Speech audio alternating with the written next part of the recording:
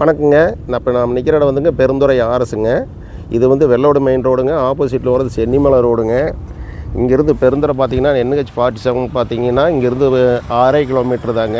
NH47 தேசிய நெடுஞ்சாலை 6 kilometre தானே இங்கேருந்து. இந்த இடத்துல ரயில்வே ஸ்டேஷன் பக்கங்க. இந்த இடத்துல 7 வந்து இருக்குதுங்க. இது சைட்டு போடுறதுக்காகங்க. ஏற்கனவே பாதி சைட்டு போட்டு விற்றாச்சுங்க. இன்னும் பாதி இருக்குங்க. இன்னும் 7 ஏக்கர் பூமி இருக்குங்க.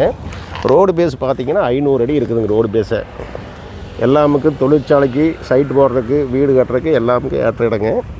ஓகேங்க. இது வந்துங்க நாம் நிற்கிற இடம் பெருந்துறை ஆர்எஸுங்க.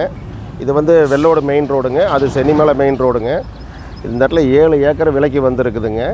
இது சைட்டு போடுறதுக்காகங்க. ஏற்கனவே பாதி சைட்டு போட்டு விற்றாச்சுங்க. இன்னும் 7 ஏக்கர் இருக்குங்க.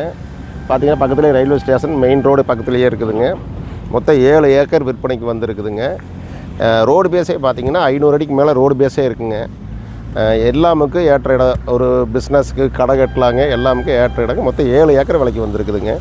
உங்களுக்கு ஏதாச்சும் சந்தேகம் இருந்ததுன்னா ஸ்க்ரீனில் வர நம்ம நம்பருக்கு ஃபோன் பண்ணுங்கள்.